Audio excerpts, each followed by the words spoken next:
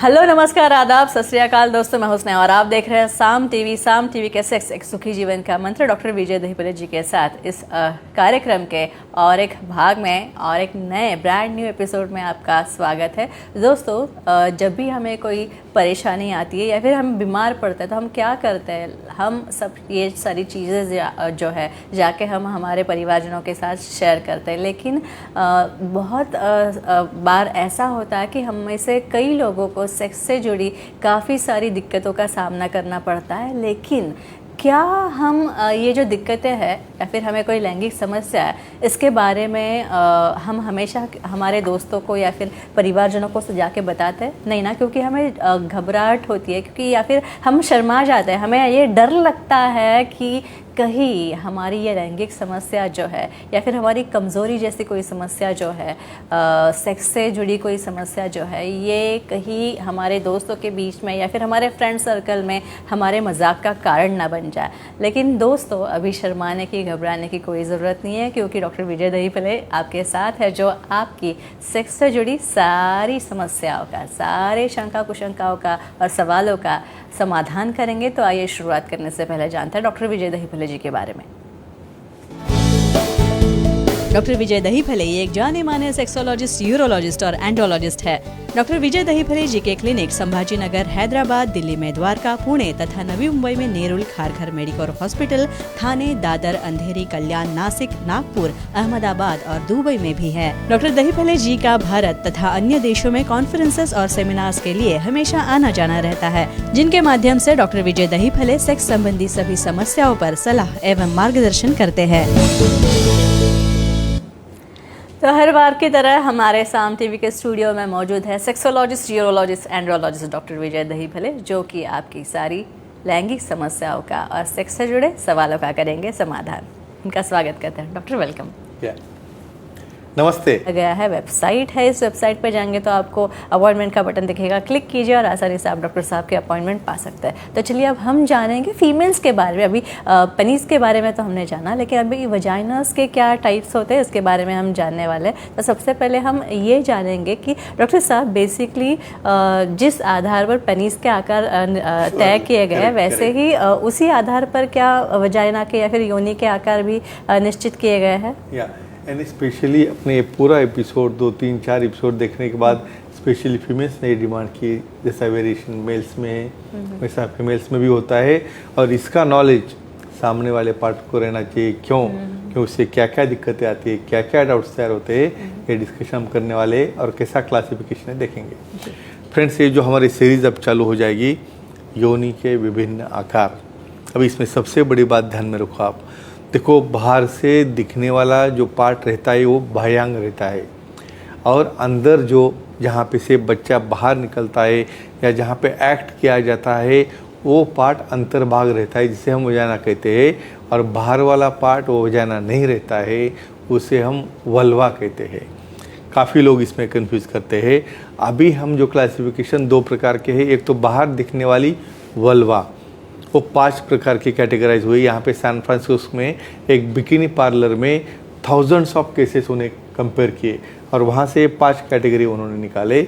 और अंदर वाला जो वजाइनल पार्ट रहता है वो कभी सिलेंडर जैसा होता है, तो कभी ऐसा ग्लोब जैसा होता है, या कोई ऐसा अंडा जैसा रहता है, वो टाइप में रहता है। तो ये शेप, साइज़, एक्सटर्नल अपीयरेंस और इंटरनल अपीयरेंस, बाह्य जो लिप्स रहते हैं, बाहर के लिप्स और अंदर की लिप्स, ये सब चीज़ें ध्यान में रखते हुए एक क्लासिफाई किया है। अच्छा, ये जो आकार है योनि के विभिन्न आकार, ये साधारण तौर पर कितने हैं? कितने प्रकार के होते हैं? करेक्ट, ये भी बहुत उचित प्रश्न है, कहेंगे हम। बेसिक कैटेगरी जैसे मैंने कहा अभी, ये 5 प्रकार के उसके अलग अलग आकार है।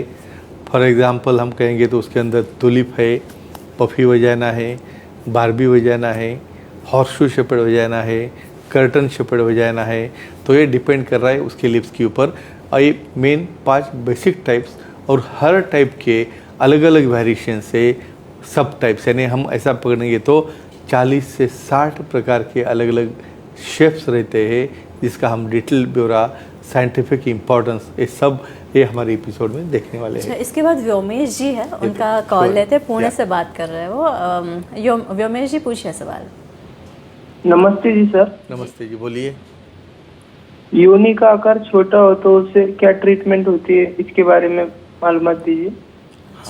एक्सपर्ट का क्वेश्चन है और होता है, ऐसा होता है जिसकी वजह से मेरे पास क्लियर कट डाइवोर्स के लिए केस आ जाती है। लेकिन ऐसा करना नहीं है।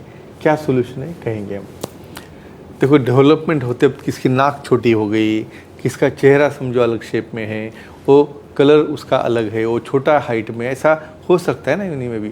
तो योनि छोटी हो मतलब क्या, इंटरनल वजाइना उसका डेवलपमेंट प्रॉपरली नहीं हुआ हो। नॉर्मली कम से कम 3 to 4 इंचेस यानी 7 to 8 सेंटीमीटर उसकी डेप्थ होनी चाहिए, लेकिन वो नहीं होगी तो उसमें दिक्कत आती है पेनिट्रेशन में या थर्स्टिंग में।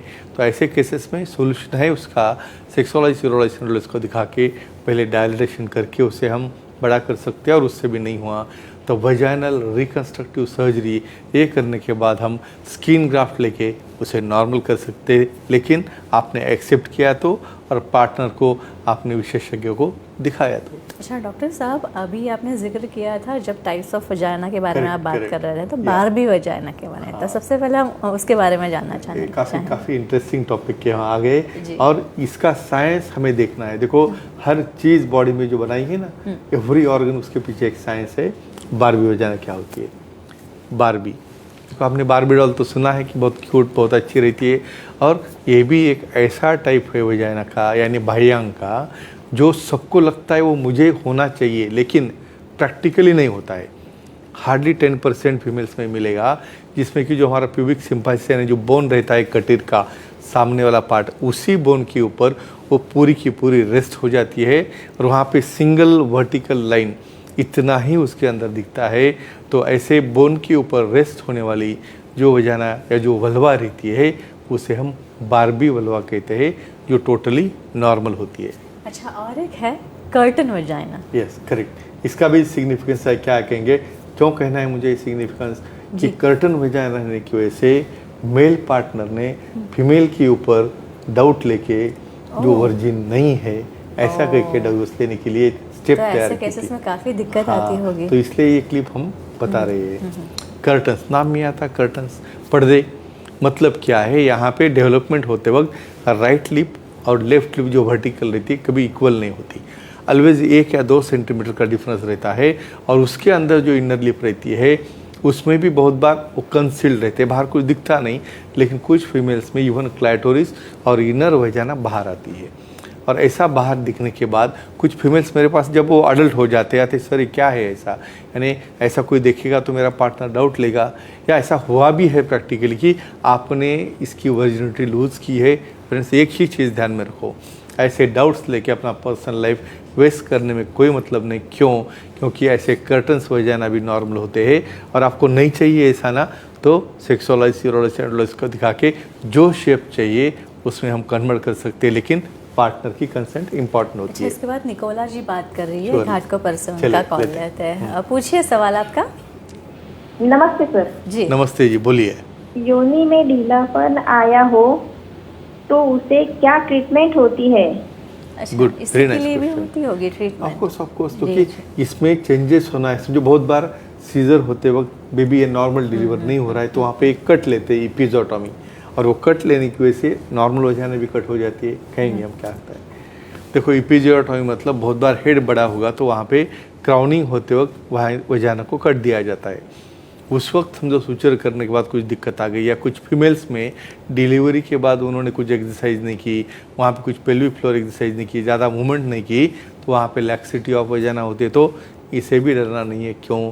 क्योंकि एक्सरसाइज है, कीगल एक्सरसाइज है, पेल्विक एक्सरसाइज है, इससे उसे नॉर्मल कर सकते हैं। ज़रूरत पड़े तो ओशाट थेरेपी है उससे, या वजाइनल रिकन्स्ट्रक्शन या वजाइनल टाइटनिंग नाम की भी सर्जरी है, वो करके हम ये प्रॉब्लम सॉल्व कर सकते हैं। अच्छा, इसके बाद पफी वजाइना क्या होता है वो? करेक्ट, मुझे लगता है आज पूरा सीरीज ही फिनिश होने वाला है। पफी वजाइना कहेंगे हम। ये ही एक्सटेंशन है बारबी वजाइना का। देखो, पफी नाम ही पफिंग यानी पफीनेस आ गया उसके अंदर, मतलब यहाँ पे एक क्यों पफीनेस आता है, वेरिएशन है पर्सन टू पर्सन, कोई फैटी है, कोई थिन है, उसके हिसाब से वेरिएशन होता है।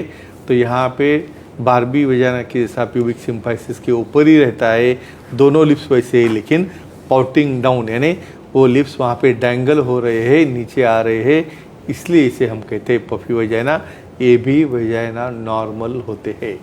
अच्छा, और एक चीज़ मुझे यहाँ पे ये पूछनी है कि अगर पफी वजाइना के बारे में हम बात कर रहे हैं तो और एक है, आपने जिक्र किया था हॉर्सशू वजाइना, क्या होता है? तो ये क्या है? क्या इसका और हॉर्स के इसका कोई पैर का कोई क्या? कनेक्शन है? इसकी वजह से तो इसका नाम दिया है और ये भी नॉर्मल होता है, लेकिन कहेंगे इसलिए दर्शकों को बताना है कि पार्टनर उसे एबनॉर्मल ना समझे। देखो हॉर्सशू यानी आप देखोगे तो इस टाइप में, यू टाइप में रहता है, तो क्या अपीयरेंस होगा इसके अंदर? यहाँ पे वजाइना के दोनों लिप्स जो है वहाँ पे नीचे यूनाइट होते हैं, और यूनाइट होने की वजह से अंदर से जो पाउट होने वाली स्मॉल लिप्स है उसे वो लिमिट करते हैं, और हमें अपीयरेंस कैसा दिखता है? यू शेपेड हॉर्सशू के जैसा है, घोड़े की टॉप जैसा। तो इसे कहते हैं हॉर्सशू वजाइना। मैं सब फ्रेंड्स को कहना चाहता हूँ, मेल हो फीमेल है, कि ए टाइप के सब वजाइना नॉर्मल होते हैं, और किसी भी तरह का अपने पार्टनर के ऊपर, स्पेशली मैं कहता हूँ वर्जिनिटी के बारे में डाउट लेने के बजाय तुम सेक्सोलॉजिस्ट एनालिस्ट से सलाह मशवरा करो।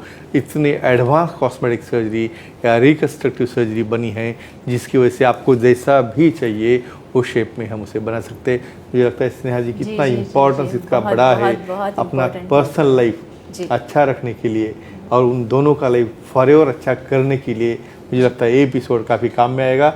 बाकी आप उनको इन्फॉर्मेशन दे सकते हो देखने के बारे में, क्योंकि काफ़ी सारे ना डॉक्टर साहब इसके बारे में ना काफ़ी सारी चीज़ें होती है, बहुत क्यूरियोसिटी होती है, बहुत कौतूहल होता है, और इसी के लिए हमने ये इस मंच का आयोजन किया है, और इसी के माध्यम से हम समाज में जागृति निर्माण करने का, जागृति लाने का प्रयत्न करते हैं। तो दोस्तों, ये थे हमारे खास मेहमान डॉक्टर विजय दहीफले, जिन्होंने सेक्स समस्या और उसके हवाले से बहुत ही अच्छी उम्दा जानकारी दी। लेकिन अगर आपको भी डॉक्टर साहब से मिलना है तो आप ज़रूर मिल सकते हैं, क्यों नहीं भाई, क्योंकि डॉक्टर साहब की वेबसाइट है sexologist@vijay-dahipale.in। इस पर आप जाएंगे तो आपको अपॉइंटमेंट का बटन दिखेगा, आपको क्लिक करना है और आसानी से अपॉइंटमेंट लेनी है डॉक्टर साहब की। तथा डॉक्टर साहब के कई सारे सेंटर्स हैं, अंधेरी में, दादर में, नवी मुंबई में, नेरुल में, थाने, कल्याण, पुणे, संभाजी नगर, हैदराबाद, नागपुर, दुबई में भी डॉक्टर साहब के सेंटर्स है। यहाँ पे आप जाएंगे तो आपको डॉक्टर ज़रूर मिलेंगे। सिर्फ आपको एक बात करनी है, एक बात ये है कि आपको बहुत ही याद से डॉक्टर साहब की अपॉइंटमेंट लेनी है और फिर ही जाना है, तभी आप डॉक्टर साहब से मिल पाएंगे। तो अब वक्त हो चला है यहीं पर रुकने का, लेकिन डॉक्टर साहब अब यहाँ पे आए, इसलिए आपका बहुत बहुत धन्यवाद। तब हम दर्शकों को भी बाय कहते हैं, विदा कहते हैं, तो हम यहीं पर रुक रहे हैं। लेकिन अगले शुक्रवार हम इसी हिंदी भाग में मिलने वाले नए विषयों के साथ नए विषयों का चयन करेंगे। तब तक गुड नाइट, नमस्ते, शब्बा खैर।